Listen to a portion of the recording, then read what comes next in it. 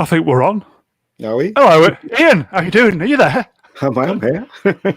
Oh, God, you know something? I tell you something. With all this sharing of screens and CPU intense, I need a new computer. This is really, really showing its age. So, anyway, Are you on a laptop? I am. It's a 12-year-old MacBook Pro, 15-inch. Oh, it's not too bad. You should be all right with that. It's showing its age. We can just about manage to do some streams like this. So anyway, how are you, sir? I'm okay. As we were talking about, I mean, this lockdown thing is really peeing me off because there's no rules. They're not telling us what's going on. They're just saying that you have to be locked down for, is it 2 months? 2 months? Yeah, it's the schools are there until February, so I kind of get the feeling it's 4 weeks minimum. Yeah, it's just, I think everybody's gone past the point of being ground down. Yeah, as I said, there was some because I do corporate stuff, so there was a couple of jobs on at the end of this month. So I don't know whether to call that off or whether I could still do it because, I mean, they say essential jobs, but if you can't work from home, what are you supposed to do? That's the thing. So I'm sure in about a couple of hours when the websites are updated, I'm sure we'll find out. So you say corporate, so how has the lockdown affected your corporate stuff? What did you do before compared to what you're doing now with all the stuff that's going on? No, it hasn't affected me at all because the rule was that if you can't work from home, you could work. And that's what I used to do. I used to work. So I've been working constantly throughout last year. Right. So that's what I need to know. Has the rules changed fundamentally? That means that I can't do my job. That's what I need to know. But obviously, what Boris is like, you can go out, but you can't go out, that kind of thing. So, again, we're left in the dark. So there you go. So I think basically everybody's allowed to go out to buy toilet rolls. Yeah. So God, tomorrow when I go to the local supermarket, it's just going to be carnage. It's just going to be toilet rolls gone again.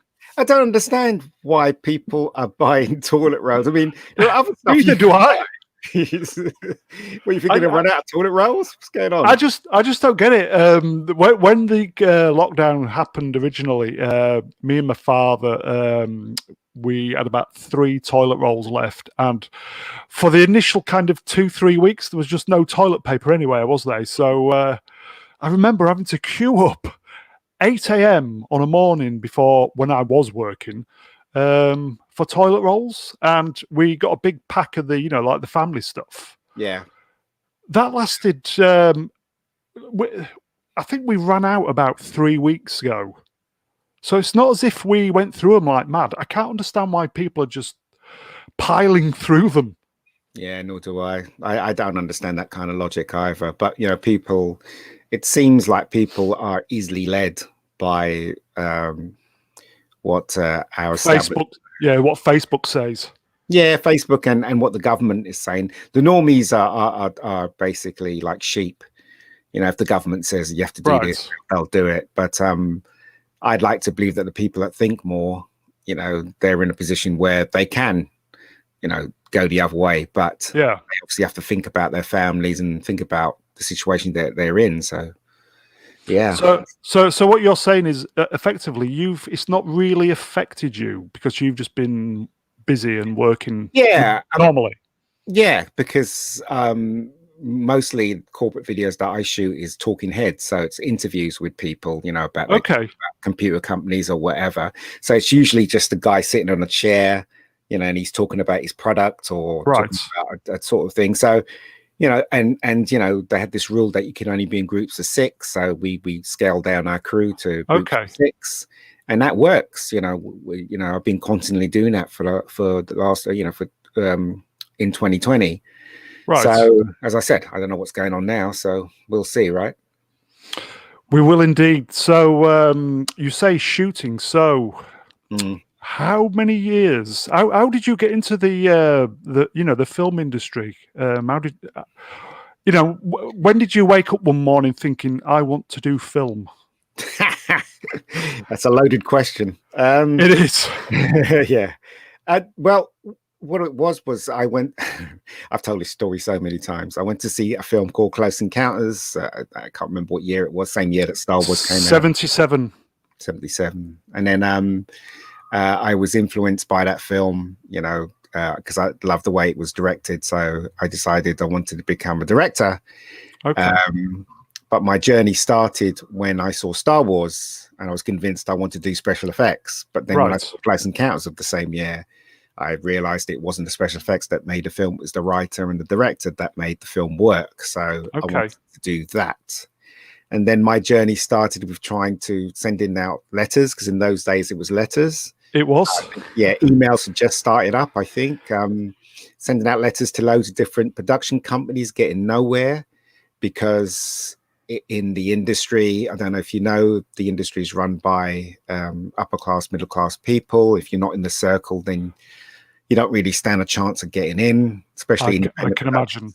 Yeah, at that moment in time, independent productions were run by the same class of people. And then I was lucky I got a job in a post-production company that was linked with a production company.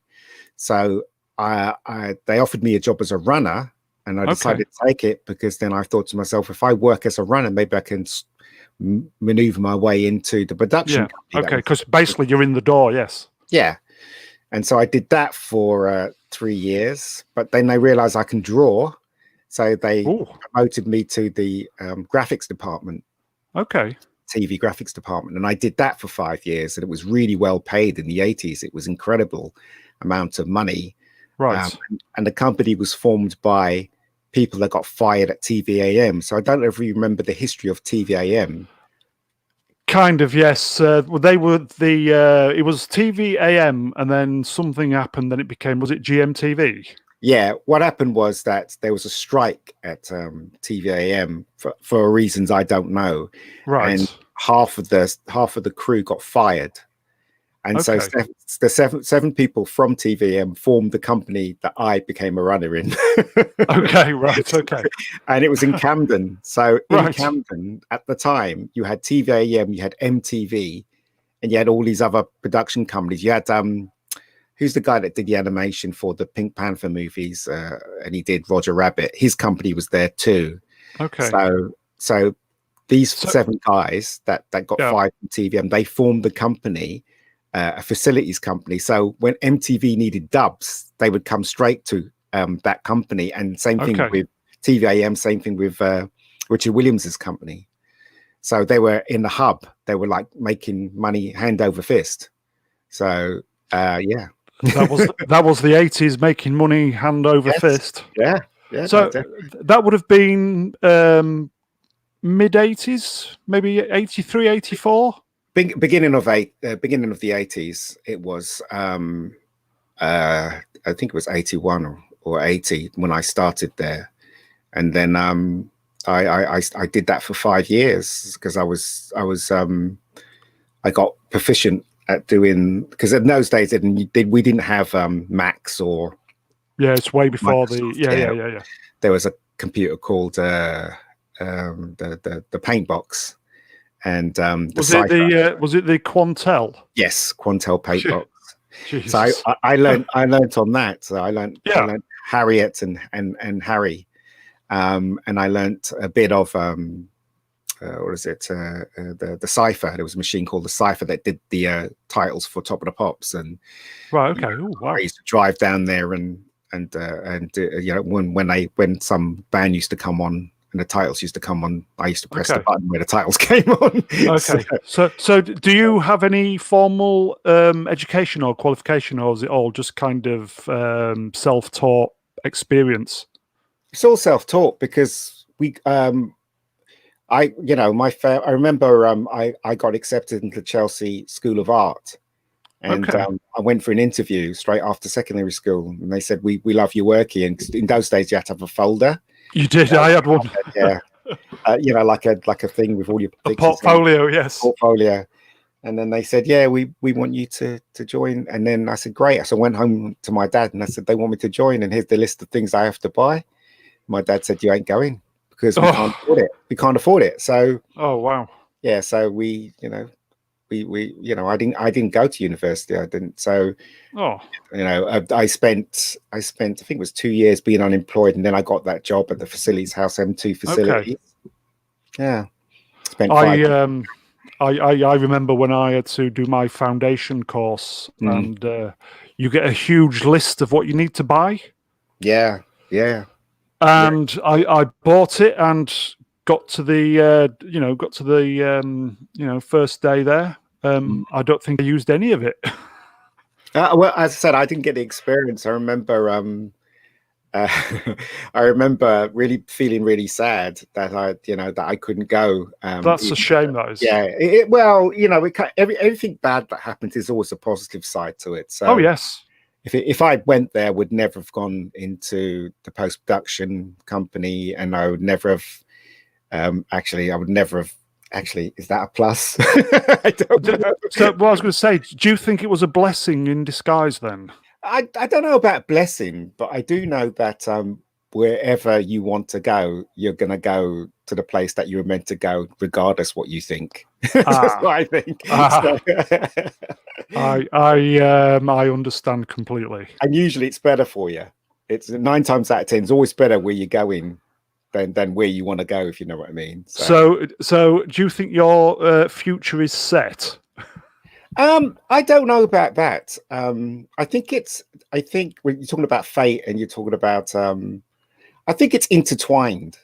Do you know what I mean? I don't think it's cut and dry fate. I think it's got a lot to do with what you do, but it's got a lot to do with what's planned for you.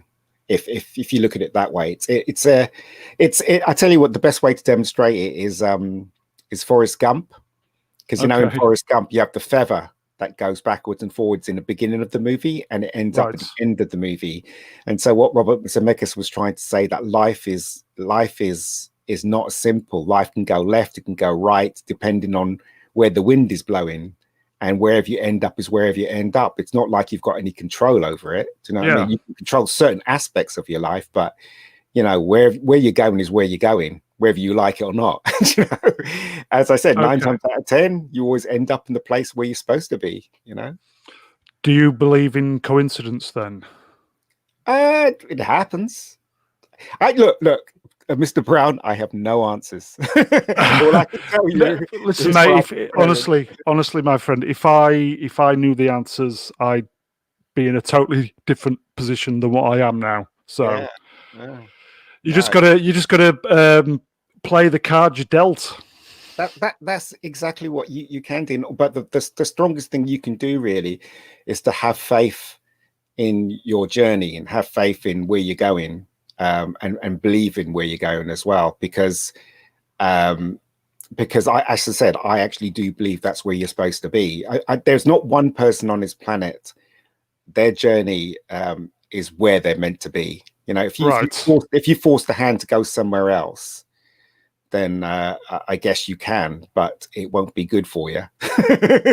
As I said, I don't know what I'm talking about, and I don't know anything. you sound convincing, mate. So I'll Has there been any kind of dark times? Less positive times in your life? Lee's in the chat. Hello, Lee. I briefly kind of chatted with him about some of the dark stuff the other day. Sure. Because people of our age, I know you have. I think you've got about 2 to 3 years on me, and especially with everything that's going on at the moment, talking about the dark stuff, especially kind of males, can be difficult. I've had a few dark times, especially last year. Have you had any, when life hasn't been treating you as well as you wanted it to? Has there been dark times, with you? Yeah, there's been a few. I mean, before I got work, now actually, when I left my well-paid job because I wanted to be a director, I was unemployed for 5 years, and that was awful for me, coming from a really good job, believing in what I wanted to do, believing that something that good would happen if I just had faith. And I left my job, right? Had a few corporate jobs along the way, but then it all dried up, and I was unemployed for 5 years. Okay. And then, could you have not continued with that and use it as a proper stepping stone, or was it like a decision just to say, right, I've had enough of this, on to the next thing? No, there was a point where when I was doing graphics, there was a point where I was doing a job. The job that really broke me or made me think was I was doing a job for Kellogg's Cornflakes. Oh God! And so basically it was an animation, and in those days, as I said, I was only working on the Harriet and Harry, and right. So basically the Kellogg's Cornflakes company had hired the Facilities House to do this animation where, you know, the bird on the cover of the cornflakes pack. Yes. It would fly around the guy. So it was an advert for Saudi Arabia. Right. And two versions. One version where they had the head thing on the guy's head. Okay. And there was another version where the guy didn't have it on. So the bird had to fly behind the guy and then fly off. Right. Okay, I get you. And they came in with this job, and Bill, who was one of my bosses, gave it to me and said, Ian, you know, can you do this job? And I said, you know, it's 9 o'clock. I need to go home. I'm tired. And he said, no, we've got to do this job. Otherwise we'll lose the contract. And he said, and I said, well, what is it? And he said, well, it's this animation. And I said, look, Bill, you're talking about rotoscoping here. That's going to take me till freaking 7 o'clock in the morning. And he said, can you please do it? So I said, fine. So I did it. And then halfway through it, the client came in and he wasn't happy about something.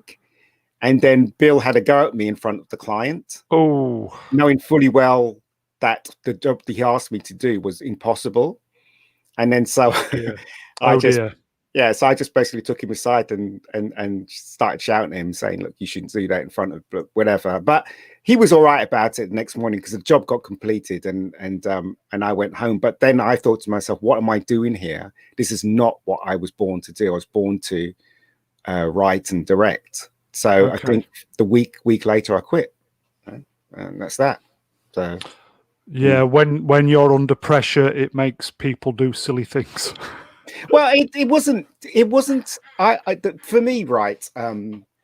I come from a very religious family, right? So I was taught young to believe that if you pray hard enough, if you believe hard enough, you know, things will happen. And that's how I operated from I guess from the age of 12 to the age of, you know, 30s in my 30s. So but sometimes that can get you into trouble if you don't use common sense. And I think at that instance, I didn't use any common sense. You know, I had faith that I had faith in myself that I would find another job, but I didn't realize it was going to take 5 years to find something.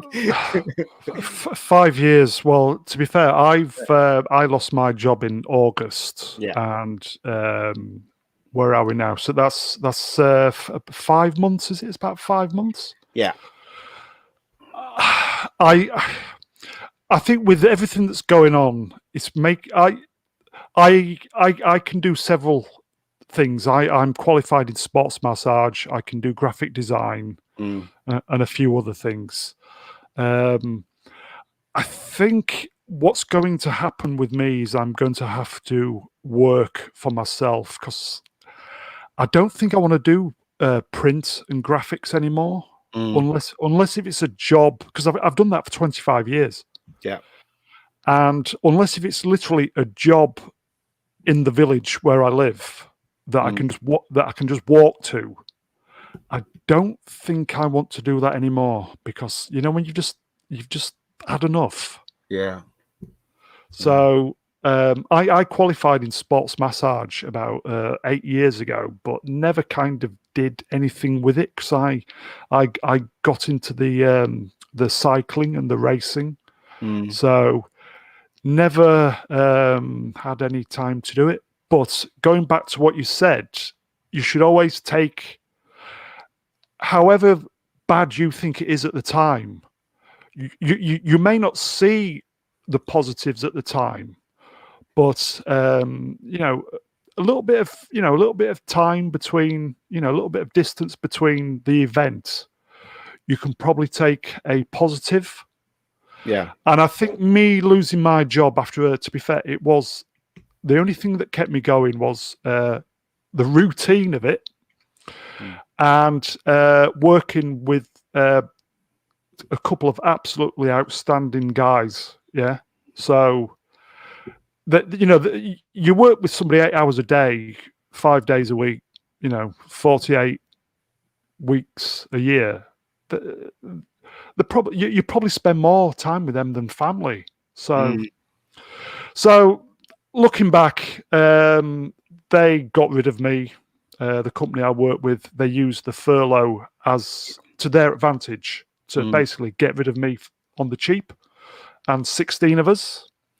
So, you know, it hurt at the time, but I think it's probably the bestest boot up the arse for a while. So that's my positive. You just got to roll with it. 5 years though, that's a long time, friend. Yeah, but the thing is, though, I was, yeah. Well, I don't know how. I can't even remember. I'm so old, I can't remember how old I was. But I mean, the thing is, though, I wasn't.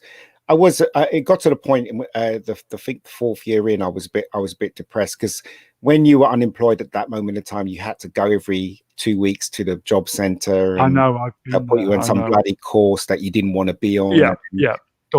They try to force you into jobs that you're not qualified for, you don't care about, and just to get you off the books and stuff like that. And it was a real struggle every year, because you know, they would. I think the fourth year they were annoyed with me. But I used to do jobs every Christmas time, because in those days at Christmas time, like for instance, Marks and Spencer was always looking for, you know, temporary staff every store around. In those days, you can just walk in and ask if there's work going. Today, you have to go through the internet to actually. I know. I've applied for stuff and you just don't hear anything back. Yeah. But I used to do that. I worked at the post office one Christmas. I worked for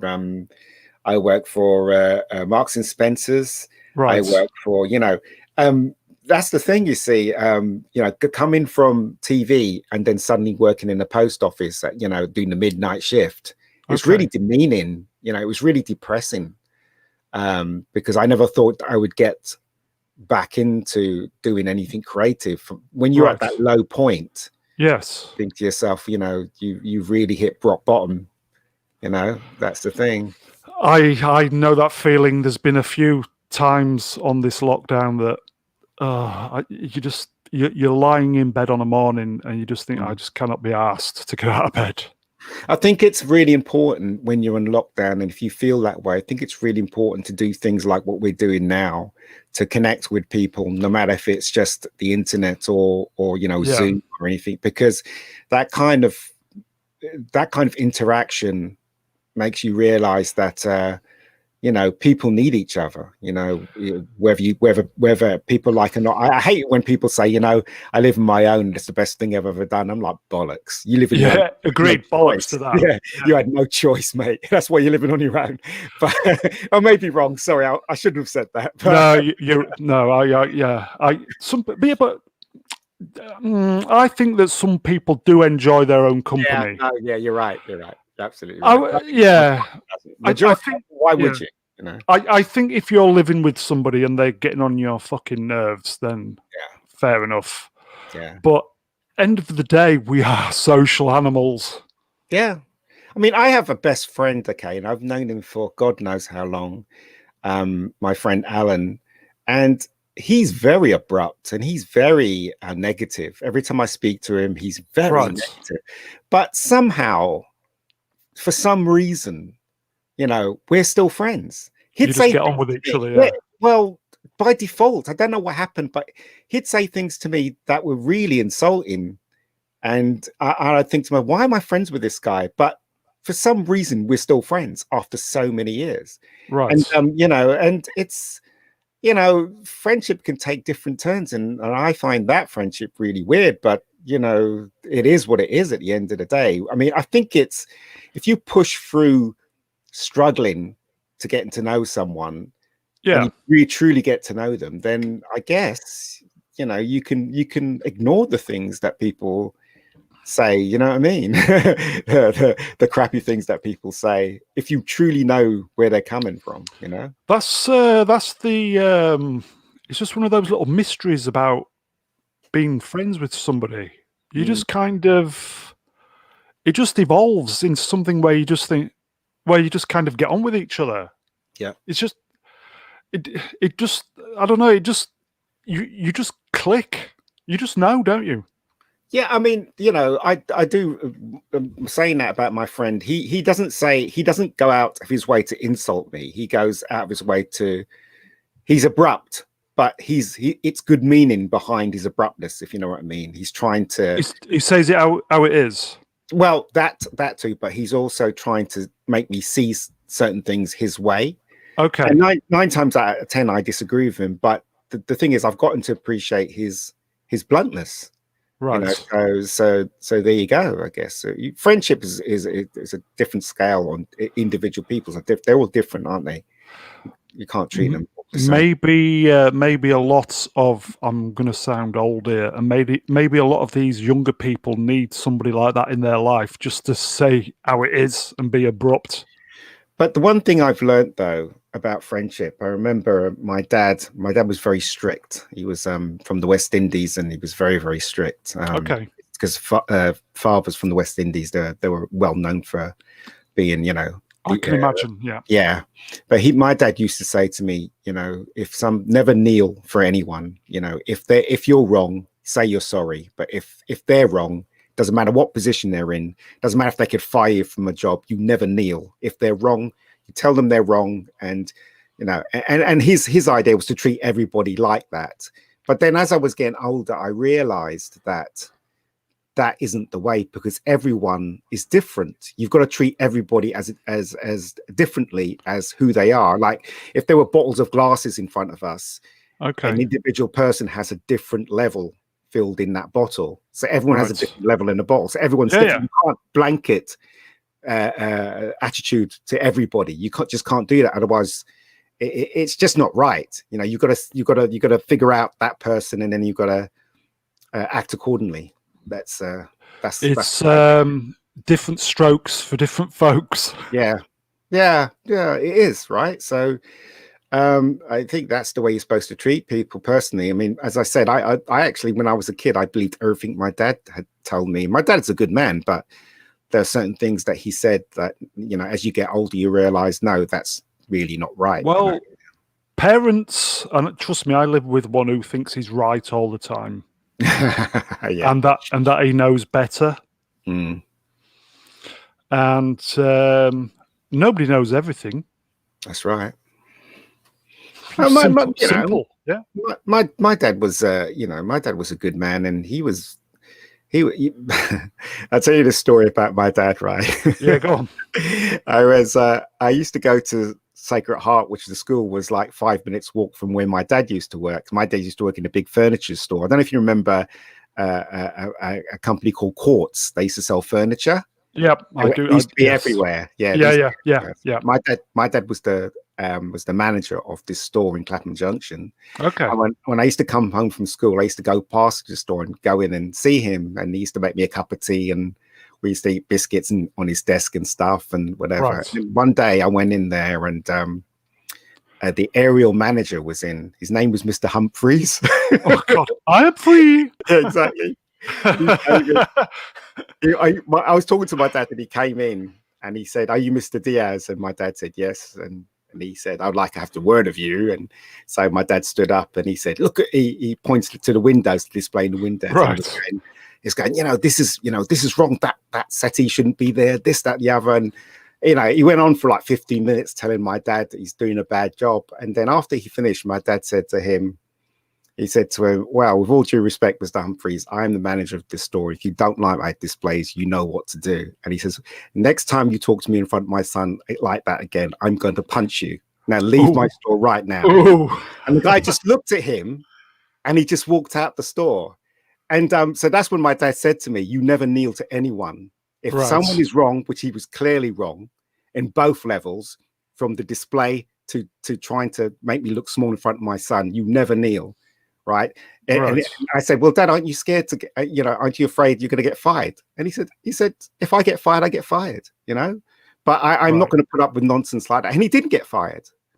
He didn't. So there you go. So, but that's did this bloke obviously show him disrespect? Would you say? Yes, he was basically telling my dad off. But my dad explained, look, you don't know the clientele in this area. I know these people in this area, and I know what they want, and I know what they like. So he was talking with no experience of that area whatsoever. And my dad obviously lived in that area for a very long time. Okay. And people knew him. My dad used to, before he got that job, my dad used to fix TVs because he was into electronics. So okay. The people in the Winstanley estate, they used to know Dad because they used to take their TVs to Dad.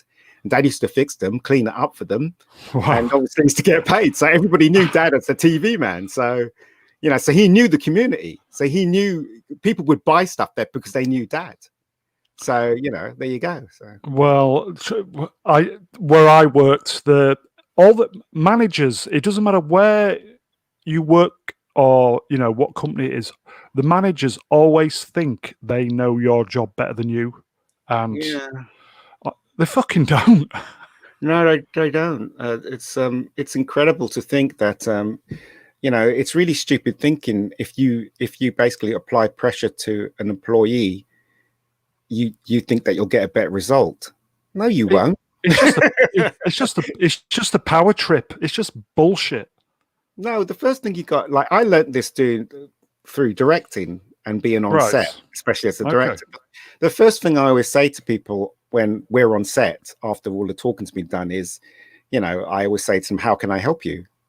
Do you know what I mean? Like the first, I would go, "How can I help you?" Because basically, if I acted all like you're like the boss and everything, and told him where he was going wrong, I'm not going to get a good job out of him if I made him fearful or made him feel small. Okay, it's pointless. I want everybody to know that it's a collaboration. Right. We all need to listen to each other. Yeah, you're just going to be nice to each other. Well, there's sometimes you can't be nice because someone's taking the piss. It's when people take the piss. That's when exactly. It's exactly. You'd be surprised how many people take the piss on set. I can imagine. So it was obviously a. Would you say it was a long 5 years? Oh God. Yeah, it was, and it was soul destroying as well. I mean, you must know this. Everybody must know this. When you lose your job, especially when you've been used to it. 18 years for me. Yeah, that's crazy. That's absolutely crazy. It's the upheaval of just being. It's almost like you just plonked on a different planet. It's like, what the? Yeah, I think you have to be positive when things like that happen to you. Try at least, The only thing that's kind of getting me through is I know there are a lot of people in worse position than me, and I feel for them. So 5 years on the rock and roll. Yeah. What was the next stage of your life? How did you progress from being on the pan crack to the next stage? Well, what happened was I got really fed up, and I had a friend named Julian who's passed away last year. Okay. Sorry about that. That's all right. We were both film fans, and we decided to make a feature film. What type of films were you big fans of? I was a fan of all film. Yeah, all film, and right. Okay. My friend Julian was a fan of all film as well, and Julian was he was a really good producer. So basically, we were both poor, we had no money, so yeah, we had this meeting, and we're like, we got to make a feature film because at that moment in time, independent films were really bouncing off off the world. Everybody was into independent film. So okay. So what year was this roughly? I can't remember. 85, 86. Right. Okay. Mid 80s. Okay. Yeah. I just finished school. No, right. Well, that's Jeez. so basically we decided to make a film, but we were trying to figure out how we can raise money. Because Okay. in those days, it was the digital shooting wasn't up It's and just running. big VHS cameras and stuff. I always remember somebody, one of the, I think it was a geography teacher, had brought one into school, a big JVC VHS camera. They were big. But well, I it was pneumatic when I was. Oh, right, okay. Pneumatic tapes. Jeez. But yeah, so we decided we wanted to make a film. So I wrote this script called The Killing Zone, and yeah, that was the very first film I did. And so basically, he really liked the script. And so one day we were in the pub and we were depressed, obviously, again, and we decided. Not that is it. There you go. That was my little bit of research before I came on here. So we decided we need to raise money. Right. And so we were drinking, and I was saying to him, well, how are we going to raise money? And he said, we're going to have to put an advert in a newspaper. So we researched it, but it was so expensive to put an advert in a newspaper, because in those days, internet was just coming out, but we didn't understand it. I worked in, that's where I started working in newspapers, and the kind of Friday classified pages and the Thursday were the big earners. Yeah. Totally different times then. But we realized that, you know what, right? There must be hundreds and thousands of people like us in the same position. Right. If we can tap into that, then hopefully we could raise enough money to make a feature. Okay. So we came to the conclusion that we need to put an advert out to reach people. And so we discovered, I've heard this story before. We discovered there was this newspaper. It wasn't a newspaper. It was like eBay, but it was in paper form. A thing called Loot was a magazine. Oh God, I remember that. Yeah, the London Loot, everybody. That's right. And then so it was free to put an advert in there. It was for people who was looking for the flatmates and selling, tables. Is that still going? I don't know. I really don't know. So we put an advert in there saying, if you want to make a feature film and you've got no experience, call this number. if you've got no experience. Got no experience or something like that. I can't remember. Nice. But then, so we didn't think much of it. And then one weekend, that weekend, the magazine came out on the Friday. The Saturday, the phone didn't stop. It didn't stop ringing. Brilliant. And so what we said to everyone that rang was, you could take £1,000 and go and do a BBC course and learn nothing, or give us £1,000, get thrown in the deep end. Very good. So to cut a long story short, as I've told this story before, 14 people said yes. We raised £14,000, and excellent. We made our film. It was a nightmare, but we made it. We made it, and that's how I got back into independent filmmaking. I didn't really get back into the industry because every time I tried, it was always the door was always closed. And I realize now that it wasn't through fault of mine. It's not like, gone are the days when you're modest. I am talented. That's all I can say. It's true. I've had years of not saying it, but now fuck it. I am talented. Yeah, mate. Honestly, yeah. Listen, somebody's got to, somebody's got to, if you don't do it, no fucker else will. Exactly. So, it's no fault of mine that I didn't get accepted to the BBC, because I was always applying for jobs in the BBC. It's probably a good thing, to be fair. Yeah, well, now it is. It is. So you say the money you raised and you actually made The Killing Zone. Yep. Yeah. Right. I shot it. We shot it on Super 16. Okay. And everybody was working for nothing. Everybody believed in the project. It was a nightmare to shoot because we were working with an inexperienced crew. I knew what I was doing. Julie knew what he was doing. Alan, my DRP, knew what he was doing, and the camera people knew what they were doing. But everybody else below that level was all inexperienced people. Okay. Well, you've got to start somewhere. Well, the thing is, though, that as Julian quite rightly said, what's the point of waiting for people to help us? We might as well try and help ourselves and try and help people in the process.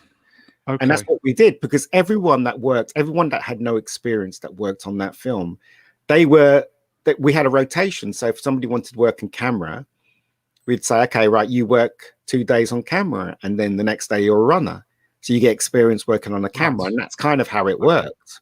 So when did I'm looking at my little notes here? 1999, The Killing Zone. Yep. Right. 1999. So how long did it take for you to actually, from raising the money to actually seeing it on screen? How long was that?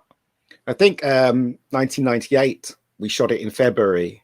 Oh, right, okay. So not too long. No, and then we had a cut of it. I think February, March, or something like that, and then we went to Cannes with it. And then is that where you met our mutual friend? Who? Robert Meyer Burnett. Yes, that was the time when I met Robert on the beach. I love Robert. Robert's such a great guy. Yeah. He gave me that cap that I yes. used years later.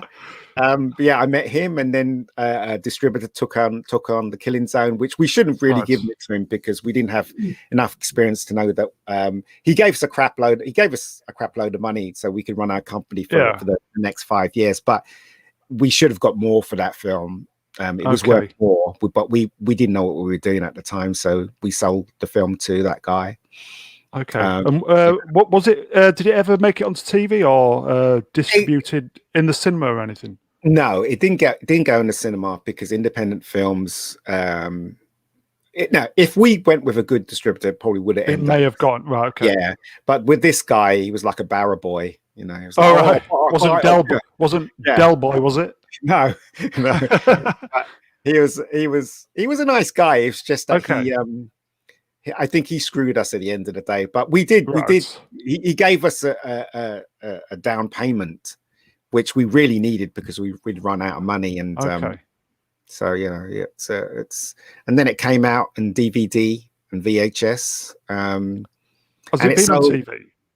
Well, it was on TV in Poland, apparently. I don't know. Was it dubbed? I don't know. I think it was subtitled. Yeah, it came out on DVD. Everybody, the thing about this was, as I said, as Julian said to me, Julian was really pissed off when Lock, Stock came out, because when Lock, Stock and Two Smoking Barrels came out, they literally stole our thunder.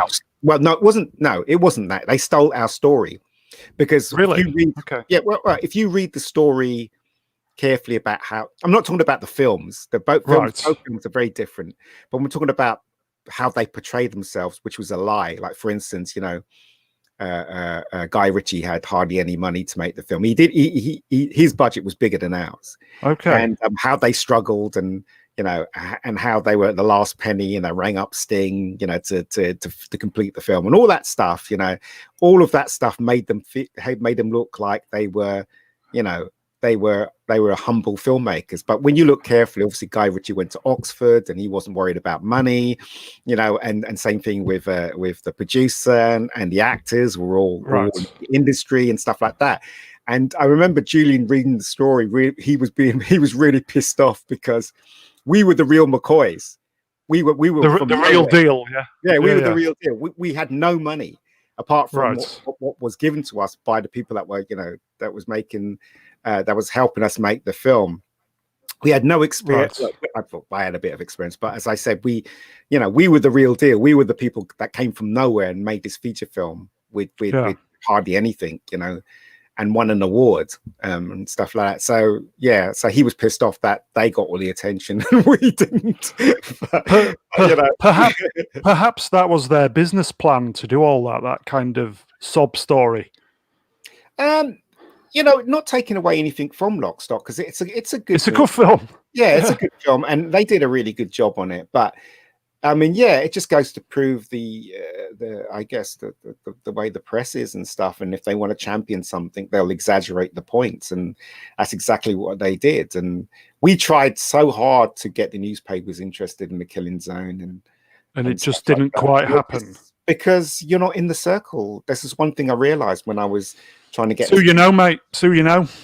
Yeah, it's more than that though. In England, it's the class system that you're in. That's the thing. Yeah, it's cronyism and all that stuff. Yeah, it's a shame. I remember someone. I went to some meeting, was a BFI meeting, because BFI used to have meetings. I remember, and okay. You sit and people are on stage and they're talking about how they finance films and stuff like so you can learn something. And I remember somebody got up and said, "You're all full of shit." And, we're all full of shit, mate. We're all full of shit. And this guy was a working class guy, and they said to him, "Why did you say that?" And he goes, "Because you're not making films people want to go and see. You're just making crappy art movies that nobody wants to see. That only And they obviously were trying to argue the point that's not what they make, and then he just went fuck you and he walked out. It was brave of him to say that, and I agree with him totally. But that's the thing, you see, no, it didn't matter how hard I tried, and believe you me, I've had over 20 interviews at the BBC. I had the last interview I had, actually no, the second to last interview I had was to direct Casualty. Right. Yeah. Good old Casualty. Yeah. And I went into the I got called in and I went into the office because Killing Zone had won an award and somebody must have what year was that? Was that literally 90 something? Okay, so 20 years ago. Yeah. Okay. I remember I think I was in my I can't remember was I in my 30s, late 30s? I can't remember. You were a wee lad. Yeah, I walked into the office and the guy that was producing it was really young. And I don't know if you remember in those days they used to wear scarves indoors. And to this day I don't understand why people wore scarves. There was this point where everybody was wearing a scarf inside, and this guy was wearing a scarf, and he was saying to me, "Oh yeah, sit down, Mr. Diaz. We've heard that we saw the Killing Zone, and we heard that you won an award and stuff like that." And he proceeded to ask me what I thought of Casualty and how would I improve it. And I told him, and the rest is history. Yeah, I didn't get to work with him. But that's the way it goes. I think I don't know. I really don't know. How many interviews for the Beeb have you had? Over 20. And you've still not got the job? But that was a long time ago. I mean, I had a project, a kids movie that I wrote called The Adventures of Meg Foster, and Anna Home was in charge of at the time, and I went home. Jesus, there's a name from the past. I met her, and it was like meeting the Godfather. She was in her office. Godmother. Yeah, she was in her office, and I kid you not, the office was very low lit, and she was sitting in the shadows. She was sharing. Well, it was crazy. And then I went in, and we spoke about it, whatever. And they wanted to do it, and they put me under contract, and I wrote 7 episodes for it. In the end, they didn't make it. So that's what I'm saying. I've had those kind of interviews. I've had interviews. The last time I had an interview, it was for Holby City, and that must have been about over seven years ago, and that meeting was in Waterloo Station because the I think it was the assistant producer was passing through Waterloo. Oh, right, okay. And said, "Are you near Waterloo? Can we have a quick meeting?" And I still didn't get the job. And I remember somebody at so going back to the BFI meeting, right? Somebody said to me after that guy had walked out. We were talking, because after you have this little drinks after the lecture. Yeah. And somebody said to me, "What do you think of that guy?" And I said, "I think he's absolutely right. He's 100% right. The British industry doesn't make films for the majority of people who want to see." And someone behind me tapped me on the shoulder, and I turned around and he said, "You got a chip on your shoulder." Oh. And I said to him, "You know why I've got a chip on the shoulder? Because these people put it there, so fuck off." Do you know what I mean? So there you go. So mic drop. Yeah, well, that's it. But the thing is, though, look, whatever reason look, it's not my fault that I didn't get a job at the BBC. The odds were against me. First of all, I found the BBC to be racist, because I remember once I went for I had someone that was working at the BBC, and I went for a meeting as a first AD, and I went in there and had the interview, and the person behind the desk was saying, "Yes, we're looking for diversity. You know, you're the kind of person we need to hire. Okay, you know, okay. We need to encourage whatever." And I got out the interview feeling really, really good. And then the friend that worked there for that department said to me, "Ian, you're not going to get the job." And I said, "Well, it was a really great interview." And he said, "Reason why you're not going to get the job, because I've already got someone. And the reason why you're there is because they put an advert out, because it is the law. The BBC is to try and get, you know, diverse people to work for the BBC. But Ian, you're not going to get a job because I've already got a white guy taking over that job." But if I, you know, but they have to be shown to be seen willing. Yes. No. So there you go. I would kind of say how the BBC is present day, but I think we'll maybe talk about that another time, because I don't want to get into that. I don't know about you. Just no. Right. Okay. So that was Killing Zone. Looking at my notes, roughly the same year, Threesome. Oh, that was TV series, apparently. Yeah, it was right. So basically, I made the Killing Zone, and I couldn't find any work. And Live TV. Do you remember them? Live TV. No. Live TV was it was created by Janet Street Porter. Oh, yeah. For the for the kind of hip happening kind of teens, early 20 people. Yeah, and that and that was in wow, Canary Wharf Tower. It was I remember that. God almighty. And so was that Channel 4? I don't know. No, it was their own channel. It was their own channels. Oh, was it? Oh, okay. And so basically, Janet Street Porter had made up this company, and then she left it, and then the Sun took over. Right. The Sun magazine took over the company, and they were making, crap. So they used to have weather girls that used to be in bikinis doing the weather and stuff like that. I don't know. It just doesn't sound too bad. Well, they offered me this job, and it was their first drama. It was called Threesome. Right. Yeah. So I directed that, because I mean, it was a bit crap, but was it a threesome? It was raunchy, put it that way. But would you get away with that now? No, not at all. Not at all. That's all bullshit, isn't it? Yeah, it was all shot on DV tape, would you believe? All right, digital video, yes. Yeah, it was really, really cheap, and they gave me a lot of money to do it, because I was like, no, I don't want to do this, and they were like, just kept putting up the money, and in the end, I couldn't say no to the money that they were offering me, so I did it, and then the station went down, and that was the end of that job. And that was 1999. Was it? Yeah, it says here. Same year as the Killing Zone, then. Yeah, 1999. Threesome TV series. Yeah, that kind of makes sense. Yeah. So, looking at my little list of notes, you didn't do a lot for 2 years after that, because 2001 it says Dead Room. Yeah, I did do a lot, but it wasn't. It's not on IMDb. Was it like earning a living stuff? Yeah, I did a lot of corporate stuff, and I did a lot of first in, and a lot of writing. I wrote. I was a ghostwriter for a couple of screenplays and stuff like that. And and which were they? Which were they? I can't remember. Such a long time, because none of them got produced. Right. Yeah. Okay.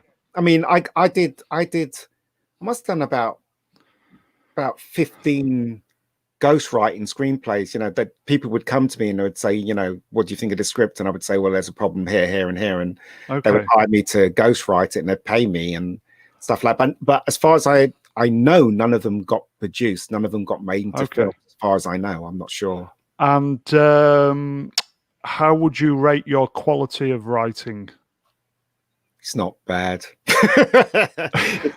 It's not to good. Be fair, well, yeah, I've seen one of your main films, and to be fair, I thought it was pretty good. So I think you're not bad. To be fair, yeah, I could write to a certain degree. There's always room for improvement. Exactly. You know, like when I watched The Killing Zone, you know, I was obviously influenced by Tarantino and stuff like that. And when I see the beginning scene in Killing Zone where they're talking about music, I cringe because I know that that's the reason why it's there, is because Tarantino had a scene in there and they were talking about music. So I kind of cringe when I listen to that kind of dialogue, and I was thinking to myself, I should never have done that. But you know, it is what it is at the end of the day. It is. At least, you know, you were in a position to be able to do something. So, you know. Yeah. So that was 2001. On my next little list, horror, apparently. Yeah. Fall horror isn't my bag, by the way. It used to be when I was a teenager, but not anymore. Yep. Fallen Angels. Yep. Fallen Angels on my channel. Fallen Angels, we were hired because we made a film called Dead Room. So basically we had money left over from The Killing Zone, and me and Julian decided to give some money back to the people that helped us, you know. So there was a guy named Gavin who was my first, and he wanted to direct. So the idea was that we had a friend that had this house and he was selling it. Okay. So, you know, we could film in there for free. So the idea was that there was this one room in this house that people rented. And every time they rented this room, something strange would happen to them. So that was the concept. It's like my bedroom. But that was the concept for the film. So the concept of the film. So what we did was we put an email out to all the people that helped and say, look, you know, if you want to direct, if you want to write, you know, here's the concept. You know, write something that we can, we can shoot and put together as a movie. And you know, it's strange how you get loads of people saying they want to do stuff, and then when you actually offered them, they kind of run away. But but three people said yes to the project, and they wrote some quite good ones. And we shot it. There was one guy that wrote something and then he couldn't direct it, so I had to take over directing duties. And one of them, and I produced it as well. And it was through that job that the producer from Canada saw Dead Room and hired me to direct Fallen Angels. So it was because of Dead Room that I got hired to direct Fallen Angels. Our company got hired to do co-production. Was Fallen Angels released? Yeah, it was released. As far as I know, it was released around the world. Cinema release, yes. I think he got cinema released in Russia and all the small end countries, but not in America and not in the UK, not in Australia, I don't think. But all the big countries, no. But the producer we're working with, he was very well known to make low budget films that looked, you know, like it cost more. And he would sell it to the low end countries. So that was his stick, basically. I will just say hello to one of my regulars. Can you believe I've got a regular? Sklavko, how are you doing, my friend? Right. So that was 2002. Yeah. And then looking at the movie database, we went up to 2008, which is Bad Day. But before we get on to Bad Day, which I've seen, and to be fair, I enjoyed it, to be fair. Okay. I thought it was quite good. Very, very of its time. Yep. But yeah, I enjoyed it. I told you at the time that I liked it. So so it's 2002 to 2008. So those 6 years, what were you up to in those 6 years? Just working, just basically doing corporate work. Because I got to know as a producer from Canada that saw The Killing Zone and Fallen Angels, and he hired me to direct corporate stuff. I'd fly to Canada and direct corporate stuff because he liked my work so much. And you know, I was quite flattered. Okay, I was going to say, how was Fallen Angels received? It wasn't received well. Right. Look, Fallen Angels is a cheesy slasher movie. That's basically what it is. And Julian and myself wrote a really good script, right? So basically, Michael Durbus, who produced it, he came to us and he said he wanted to do a co-production with us, a horror film. And so we were like, okay. And he had this idea. And so we took the idea and we wrote a really great script. It was all about, you know, girls getting burnt in the school, and then years later, Nice. a film crew would come to film there. Yeah. You know, with the girls that survived, you know, to do a documentary, and then, you know, in our version, you know, the girls that died and got burnt in the fire, their ghosts were there and stuff like that. And it was like a true horror film. But when he read it, he liked it, but he said, "Look, this is not what's going to sell. We need to make a slasher movie," because in those days, slasher movies were the thing. You know, so they were indeed, yes. Yeah. So basically, we had to change the ghosts to you know, to a man walking around with a hoodie on with a knife. Oh God. And so the thing is though, the film isn't that bad. It's not that bad, but it's not great. You know, but it's not that good either.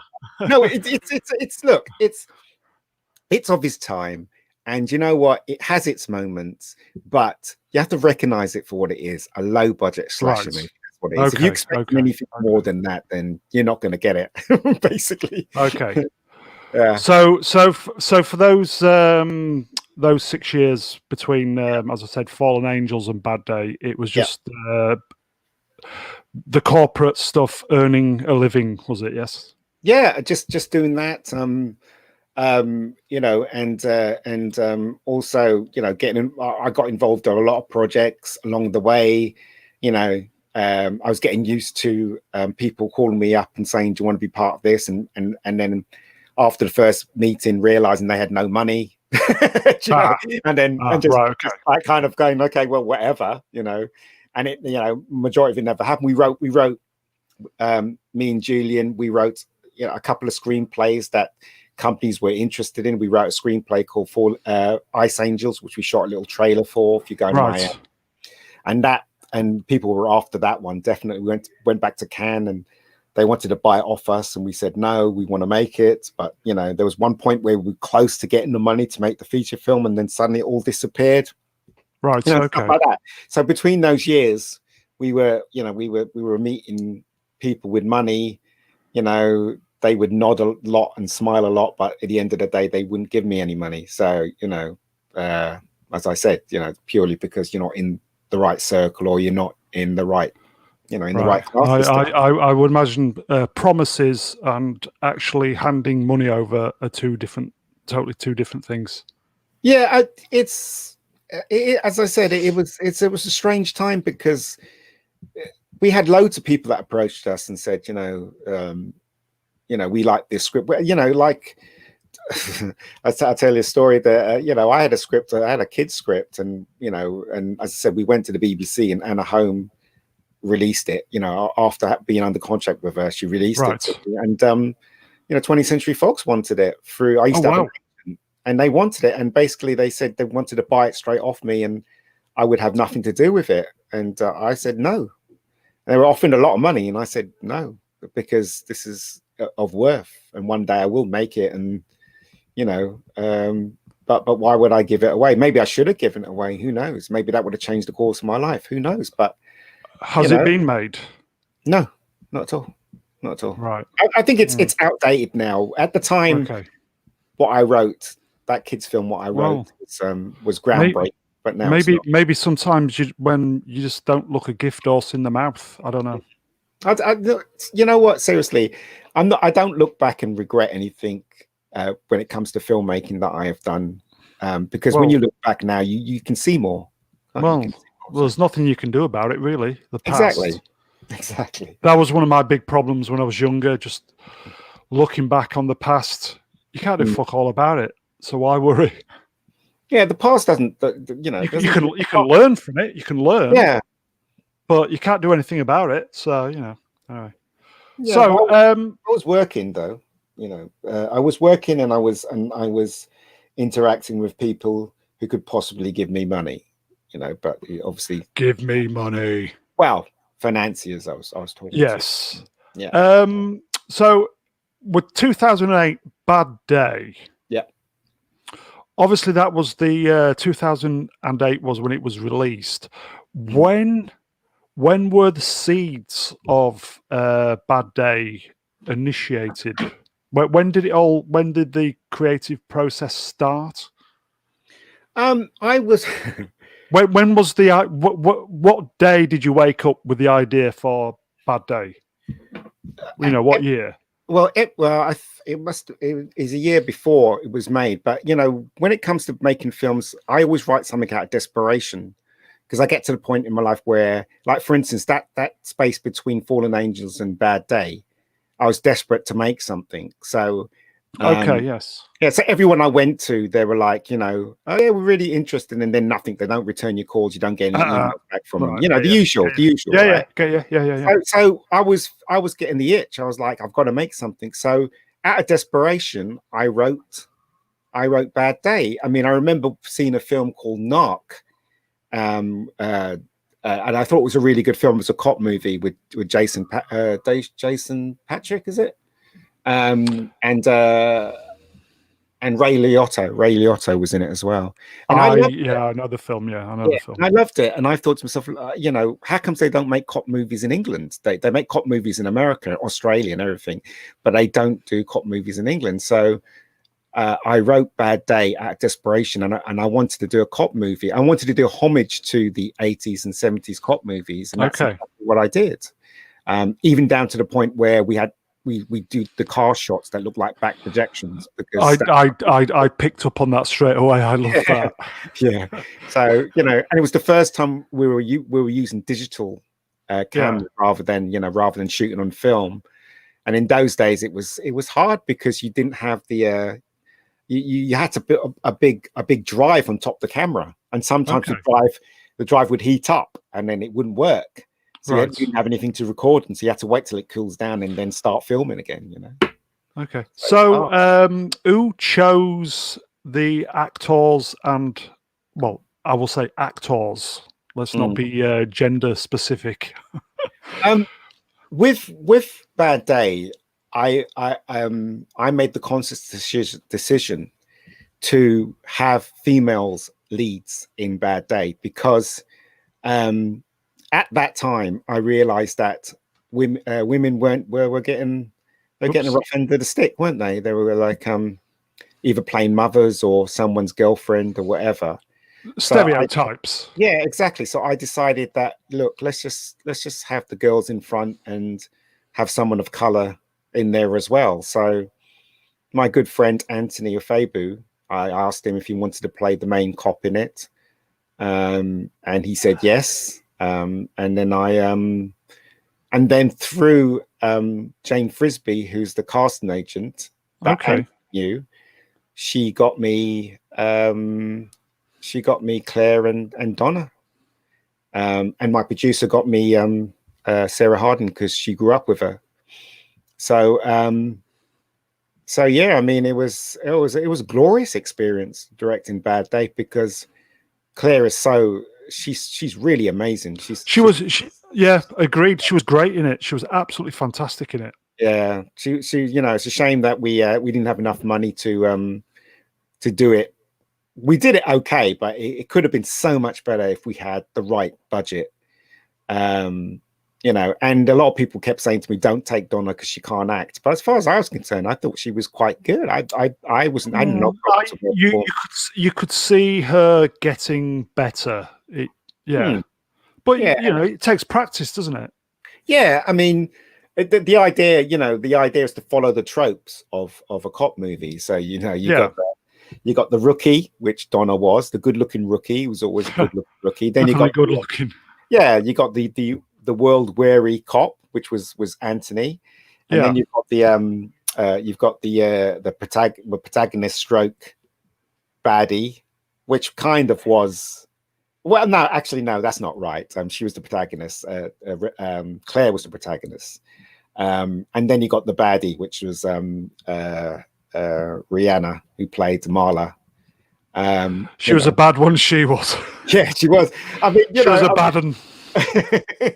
I mean, it dealt with a lot of things. It dealt with the loss of your child. It dealt with it dealt with sexism in the workplace. It dealt with what do you call it when you have sex with your brother? It dealt with that too. I did notice that. Yeah, and it dealt with a lot of things in there, whose idea was it to throw that in? The sex with the brother. Was that you just being edgy? No, when you write, it's. I'll tell you the strange thing when you become a writer. When you write, I only learned recently how to plot out a storyline, and today even I don't do that. So what I normally do is I write. I have an idea and I start writing. So, and when you find that when you start writing, suddenly instead of going left, you're going right. Do you know what I mean? So with that, when I was writing that character, suddenly she was in love with her brother. As I was writing, I think, this is interesting. So you go down, you go down that rabbit hole and see where it comes out. And that's what I did with every character. I mean, the Claire character, once you've written the first draft, you can refine it, you can change things and stuff, as long as you've got a basis to work from. And the incest didn't leave the script because I thought it was quite interesting. She was obviously in love with her brother because she didn't want the brother to be with the Claire character, because it was obvious that Claire was in love with Harry, and she did, she wanted her dead because she was jealous of that relationship. So, you've got, it's very multi-layered, Bad Day. It looks like your ordinary run around kick-ass thing, but when you look closely, it's very, very multi-layered. Even there's a twist at the ending as well. And, Claire wanted to do it because she was in a show called Waking the Dead. I don't know if you remember that, Waking the Dead with Trevor. I've heard it. Yeah. I know the one. Yeah. And she said to me that out of all that, all those episodes she did, she never ran around with a gun or had fights. Right. So she wanted to run about with a gun. Yeah, of course she did. Of course she did. So, and that's what she did. She did it very well, as far as she did. To be fair, she was great in it. If I can thoroughly recommend the film. Yeah, it's great. Where are people able to watch this film? On my channel, the Rebecca Gold channel. Just write in Rebecca Gold, and you'll find it. So folks in the chat, it's on the Rebecca Gold channel. I'll put a link on the description afterwards. Yeah. I thoroughly enjoyed it, mate. So it was a great film. It was a great film. Where was it actually? Was it released anywhere? Was it like a cinema release or? No. Did you have problems again with the distribution again? Yes, again. This distributor took it on, and he was saying all the right things, and we believed him. And then when he took it on, he just didn't do anything with it. Well, there's a theory that he took it on to make a loss. So like a VAT loss or tax loss. Yeah, right. Okay. Yeah. So they really didn't do anything with the film at all, and they really didn't return any of our calls or emails and stuff like that. And that's the last. This is the reason why I've decided that, look, there's no point in chasing this this perfect, make a film, make money. Okay. Get you. I don't think that's going to happen. I think now I make films or I make stuff because I enjoy making it, and to me that's all that counts. Okay. I know it sounds like a cop out, but well, no. Did you actually make any money from the film, or was it just kind of? We got ripped off. We got ripped off. At least when we did the Killing Zone, the guy gave us a fee up front. But this guy, he did nothing. He did absolutely nothing with the film. And we had Sarah Harding in it. The girl. Yeah. And he didn't even know who she was. Dear. You can get off the back of Sarah Harding. Why don't you do something? Dear. I had arguments with him and everything, and he was just a complete and utter tosser. So there you go.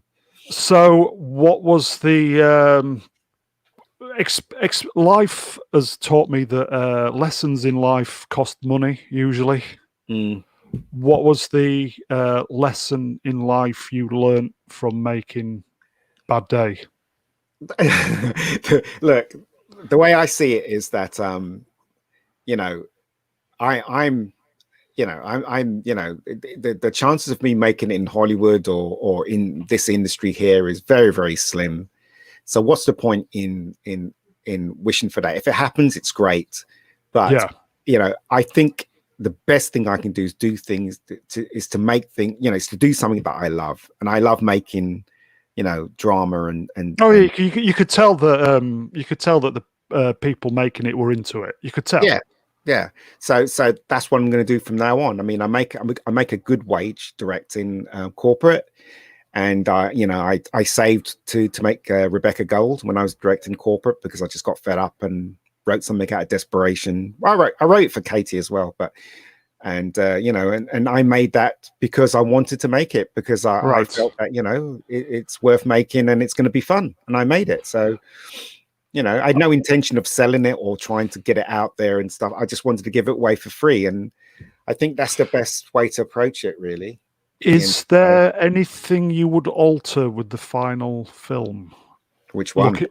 We'll stick with Bad Day. Is there anything, looking back through your 2021 eyes, or if you could go back, 20 years, 2008, if you could go back and just tweak something, what would it be?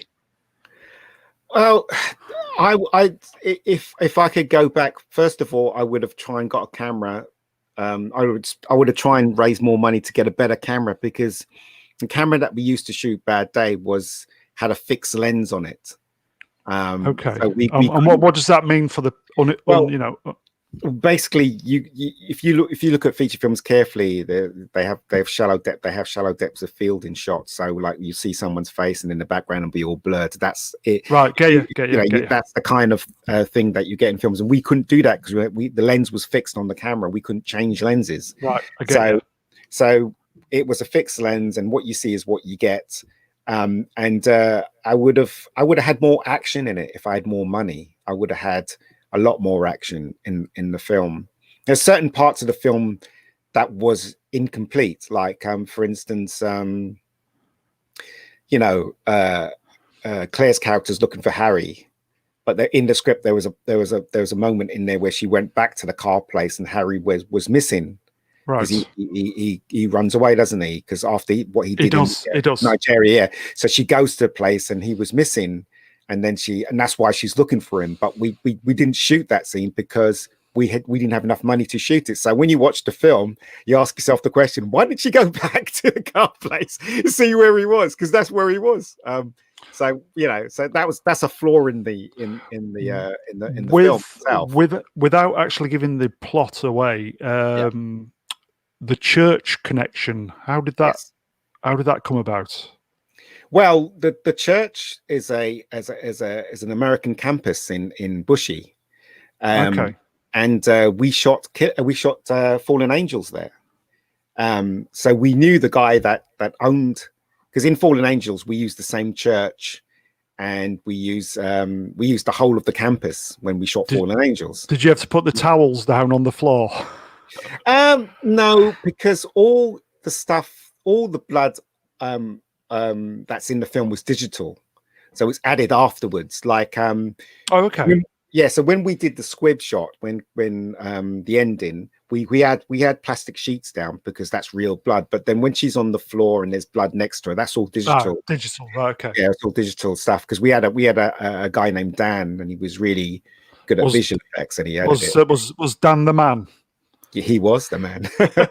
He was. Yeah. I just to kind of go off topic a slight a little bit. The church scene. How I've been banging on about Banshee. Yes. Yeah. I'll just put it this way. The end of season 2, you will be like a kid in a fucking sweet shop. That's all I'm going to say, mate. Well, I'm getting round to it. Trust me, dude. I've been banging on to Lee as well. Problem being that Man, you've got to watch Banshee. It is just. I am going to watch it. It's just trying to find the time. I was going to say, get somebody to buy you it for Christmas. Honestly, mate, you will be like a kid in a sweet shop. You will love it. Yeah, you will absolutely love it. Because when I watched Bad Day, I just thought, this is Banshee 7 years before Banshee came out. Really? Yeah, you're gonna like it, mate. Honestly, you're gonna fucking mate. You're gonna fucking love it. That's all I'm gonna say. I'd love to remake Bad Day, though. I'd love to get, I would definitely cast Claire again, but the others are all up for grabs. If Hollywood said, or someone with money said, let's just remake that for Netflix or stuff, I would definitely love to remake it and make it. Could you not approach Netflix? I don't have any contacts in Netflix. You need a producer that has made stuff with Netflix too. But I'll just give you a top tip then, my friend. Yeah. You know who's doing a TV series for Netflix? Who's that? You? Yeah, this is my first Netflix show. This, mate. Yes, just a dry run. God, I wished. Our mutual friend, Mr. Robert Meyer Burnett, is producing He is. So, yeah. What's he producing? Did he say it was an animation or something like that? I know it's going to be announced because obviously I watch Robert's channel pretty much every night. Yeah. Hello, Robert. By the way, I think he said it's going to be announced with. I'm sure he said February or early March. Yeah. I'm sure he said it was 7 or 8 episodes of a. I think he said cartoon. I may be wrong, but yeah, Robert. Yeah, he does stuff for Netflix. Well, it all depends. It all depends whether he has the time to watch the film or He loved your your story from when you were at Cannes, the festival. Yeah. Well, yeah, I mean who would?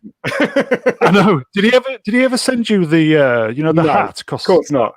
You want to chase him up, mate. You want to chase him up. He's only got one left, and I don't want to deprive him of his hat. I really loved his film though. Is it Free Enterprise? I thought it was really funny, and I think he's re-releasing it on Blu-ray soon. And if he does, I'm definitely going to buy it. But yeah, I mean, as I said, when I first met him, to me, he was like one of the nicest people in the world. He is. He's a great guy. Yeah, he didn't ignore me.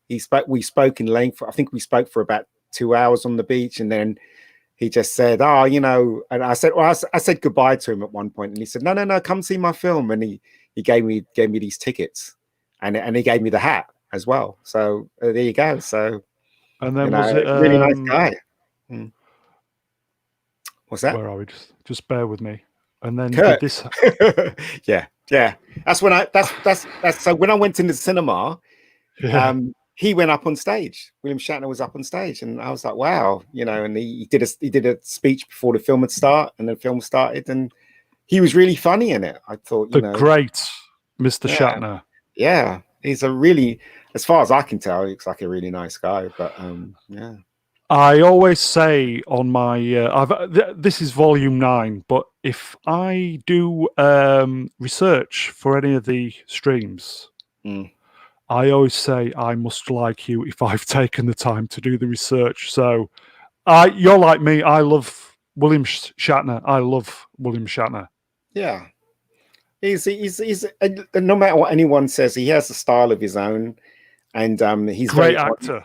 Yeah, he's very honest, and he doesn't beat around the bush. Says what he means and does what he says. And he's at a ripe old age. I don't know if he's in his 80s or 90s. He's 89.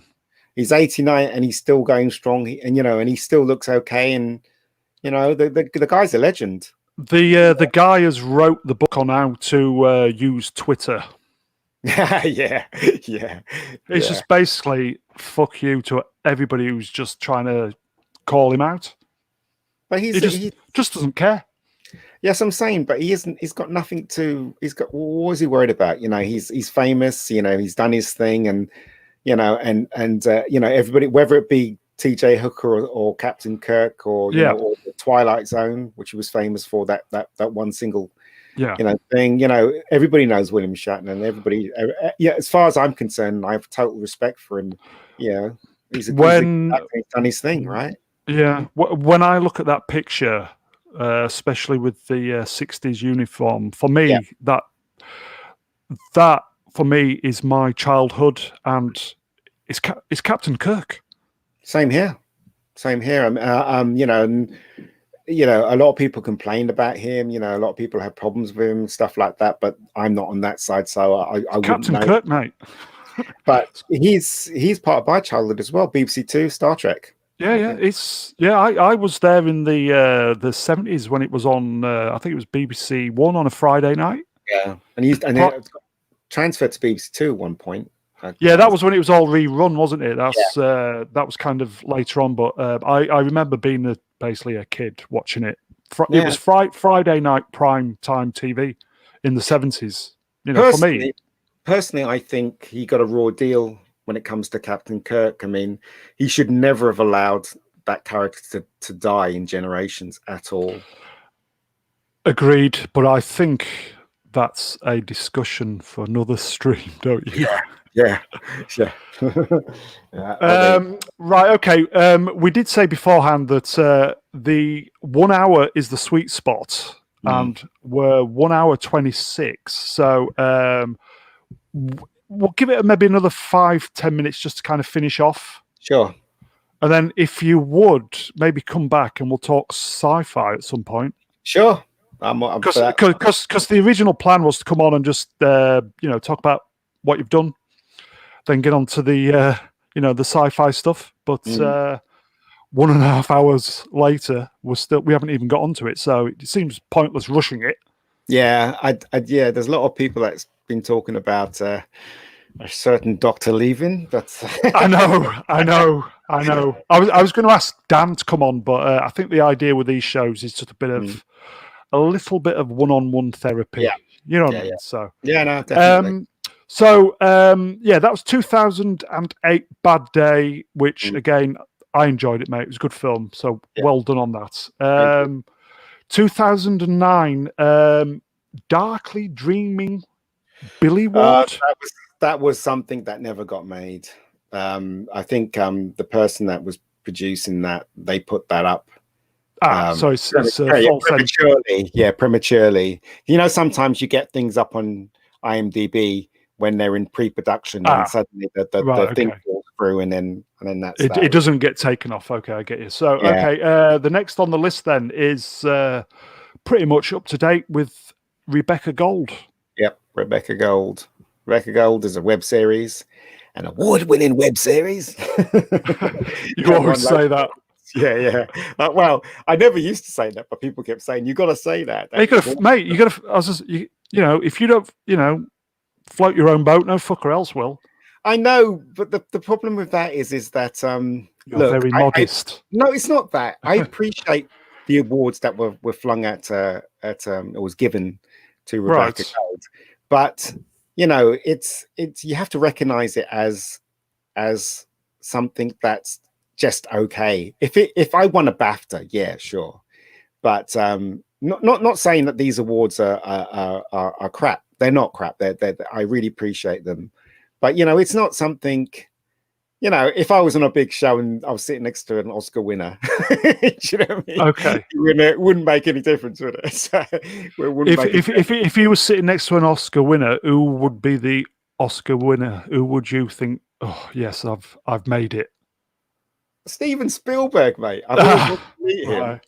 I've met a lot of famous people when I used to work for post production. A lot of famous people walk through the doors. I mean, are you going to do a bit of name dropping? I could. I mean, the worst client I ever had was Andy Peters. He was terrible. Beefcake. Well, Andy Peters, right? The reason why I don't like, it's not that I don't like him. We had a disagreement because I was doing some graphics for him, and in those days it used to be texting, not texting. What do you call it? What's it called when you have that machine and fax? That's it. Fax used to be faxing. Back in the day with Ian Diaz. He used to send me, he said he wants the graphics like this, and he used to send me a fax and write down the colors and stuff. Oh, Christ. And so I learned through working with clients that do not throw away the facts, have it as proof.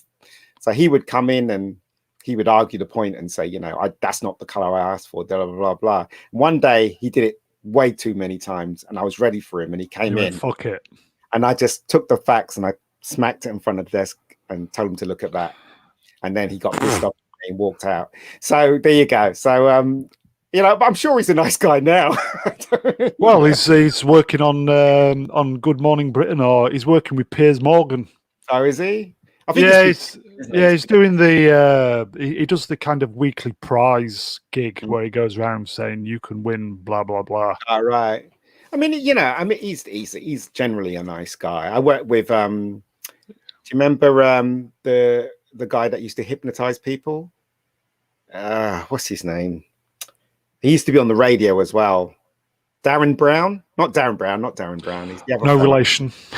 Yeah. There's another guy. He in those days he put out Paul McKenna. That's it, Paul McKenna. I did all the graphics on his okay. He used to have VHSs that hypnotize yourself to stop smoking, to lose weight. McKenna. Yeah, Paul McKenna. I did some stuff for his tapes. Right. And I worked with Mr. Bean, the guy who played Mr. Bean. I worked with him. Oh, Rowan Atkinson, yeah. Rowan Atkinson on the Best of Mr. Bean when it came out on VHS. Oh, wow. I worked with a lot of stars, and quite frankly, they don't impress me at all. I mean, they're really nice, and they don't impress me much. A lot of people are running around after them, trying to make sure they're okay and stuff like that. But I just thought, I get it. Yeah. I work with a lot of. So to finish off, where are you at with Rebecca Gold? Where did the idea for Rebecca Gold come from? Was it like a natural progression from Bad Day? No. Basically, I was doing corporate stuff as per, and okay, the itch again. I wanted to write something. You've got to scratch it, mate. You've got to scratch it. Yeah. And I went because I've known Katie for a very long time, and I went to dinner with her at one point, and she was moaning about they all do. Yeah. So I said to her, I'll write something for you. I'll write something for myself, and then we'll see how it goes. And then I think it was 5 years later, but we ended up shooting it because I was working and I was writing it on my spare time. So I wrote it for her, but I also made it for myself. That's how that came around. But I did realize one thing, that you can't let money or the problems stop you from doing what you love. And this is the position that I'm in now, that I'd rather spend the last penny in my account to make something that I love rather than not do it at all. You know what I mean? So it's only difficult if you've got none. Exactly. But even if you've got none, there's ways around that too, as we proved with Killing Zone, as we proved with Bad Day. So there are ways. There are people in the same positions as you. If anyone's listening to this and they're struggling to make stuff, there are people out there just like you. You just got to find them and combine your efforts. Right. That's the only way, really. So strength in numbers. It is, mate. It is. So where are you at with Rebecca Gold? How many have you made? I made five episodes. Is there any more in the offing? Well, the season 2's written. It's just this bear bug has stopped us from going forward. Yeah, the coof. So once that's gone, hopefully I'll be able to sort things out, because you can't, if you're only allowed 6 in a group, it's barely going to cover what we need to shoot. So I've just got to tread carefully, and also I'm guessing. Sorry, go ahead. I was going to say, don't you think Rebecca Gold would sound good on Netflix or Amazon Prime? Well, I do have. There's a producer called Debbie Gray. She produced Mr. Larry and Son, Mrs. Larry and Son. It was a feature film that came out before the coof happened. She saw Rebecca Gold and she's taking it around and stuff. So fingers crossed on that one. You know, right. I mean, if I knew a producer that liked my work and had connections with Netflix, I would say go ahead. Go ahead. Robert Meyer Burnett. Well, yeah, I'm sure he's got a lot of stuff on his plate, and he likes you though. Yeah, but the problem is that it's to make this actually to get him to sit down and watch. Well, it's very difficult to get people to sit down and watch stuff. It really is. And I personally, as I said, I watch his channel every night, and I think, he loves his community that he's building up. You know, his post geeks. Yeah. I think if you asked him, I think genuinely he would do it. Well, it depends on if he likes the project. It depends, and he might watch Bad Day and think it's a load of poo. You know, I was going to say he would give you an opinion. Yeah, I mean, but as watched Rebecca Gold, he watched all of it, and he sent me a message. He had a few problems with it, but in general, he really liked it. So that was really nice of him. He took the time out to watch it. Yeah. So you know that's the thing. So. You know, it's very rare you find people like that because people usually say they'll watch it and they don't. But when he said he'll watch it, he did, and I was really surprised. So, and I know he watched it because he criticized a lot of stuff in it. You know, but generally he liked it. So I was really appreciative of that. You know, I was thinking, wow, you know, this guy sat down and take the time out and he watched it. So you know, and were they valid points? No, not really. There were opinions. yeah. You know, I mean, like for instance, you know, Rebecca, when you criticize something, if the story falls apart, then yeah, you have every right to. Like for instance, with the latest Wonder Woman, you know, we know that doesn't work. The story doesn't work, but for various reasons. But if you criticize something and say, you know, I don't like that character because she was wearing red shoes, then that's just an opinion. That's just yeah. So it's petty. Yeah. Well, it's not petty. It's just an opinion, and there were a lot of opinions that Az said about Rebecca Gold, which is just opinions, and there wasn't anything. Right. Yeah, there wasn't. I get you. Yeah, there wasn't anything that he said that you know, like you know. The story didn't make sense because of this. Right, okay. It wasn't, what you're saying is it wasn't kind of constructive criticism. It was just kind of criticism, but kind of, yeah. Well, every criticism is constructive. Right. I find, especially from people who, you know, intelligent people, and Az is very intelligent, and he is.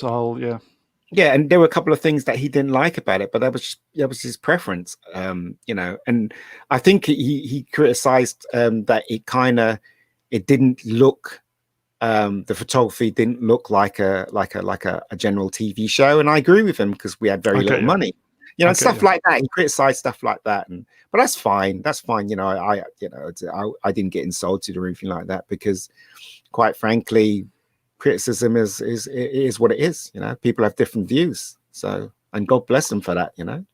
So what we're saying is, it's pretty much going to be. Is it going to be this year that you're going to be doing the next batch, or because it's a crazy world at the moment? I hope so. We don't know. I mean, you know, Katie's. Katie's is. I don't know whether she's going to be available. I don't know whether. You know, people are going to come around and help again. I really don't know. It's all up in the air at the moment. But I do know one thing. I have a kick-ass script. Well, that's what I know. if I'm available and you need a toxic white male, I've asked you before. If you need a toxic white male to have the shit kicked out of, or you know, a few squibs going off, I'm more than willing to go out of my way. Well, as I said, I think things will pick up in the summer because there is this thing about, they said that the coof doesn't operate too well in the summer because of the heat. I was going to say, I said to my father tonight, it's very cold at the moment. Yes. So that's got to be a blessing. Well, no, it's worse for us because it strives in cold weather, doesn't it? Apparently. No, I mean, really, I always thought it was kind of like, you know, the in between ground between cold and warm, where it's the kind of ideal, you know, the kind of autumnal temperature type. Yeah. Anyway, I'm no expert. I just know that we're all locked down again. Yeah, I heard a theory about all this lockdown and stuff as well. One of the theories. Go on. We'll finish off on Ian's theory. I just heard it today that go on. There's it's all about UFOs. Apparently, that's what I heard. I don't know if it's true. Everybody was expecting a UFO invasion for 2020. It never happened. So yeah, I did one of the theories. I don't know. It sounds really far fetched, but one of the theories is the reason why we've got uprising, upresting in the pop culture area, and also with the COOF, and also with identity politics in what's going on. All this stuff is meant to distract us from the fact that now the government is saying that UFOs exist. So all the stuff in the news about UFOs existing is being overlaid with all this stuff with the COOF, and they're keeping us busy. They distracted. All the distractions like Doctor Who and Star Trek and all these things that are happening is meant to distract us from what's really happening, which is the government's going to claim that we're going to be attacked by aliens and we need to defend ourselves and stuff like that. That's the theory I heard today. So in the future, they're going to be screaming about we need to defend ourselves from these UFOs, apparently. Well, I think aliens have been here, looked at us and just thought, what a bunch of tossers. And just fucked off. Yeah, probably. But there you go. That sounds really far-fetched, but who knows? I know. I've heard weirder things. Shall we finish off? Yep. Would you like to come back and do all the geekery stuff? Yeah, sure. Why not? Because I don't know about you. I was really nervous about doing this because it's early days for me. You have to start somewhere, right? Everybody's going to start somewhere. But I've genuinely enjoyed this because we kind of met through our mutual love of a certain film, didn't we? Yes, we did. Star Trek 3. I love Star Trek 3. Yeah. I will say this, Ian. We'll just finish off on this. You have never seen Star Trek 3 until you've watched the original Spanish translation of Star Trek 3. Cool. I haven't watched it, no. Because I'm learning Spanish, so I've got to the stage where I need to start watching stuff and picking it up. Yeah. And it's dead weird because I know all the lines of the film in English, and I kind of pick up the odd bit in Spanish. So as an educational tool, it's quite good. Yeah. It's completely bonkers watching it, with all the Spanish actors doing the voiceovers. It is crazy. But yeah.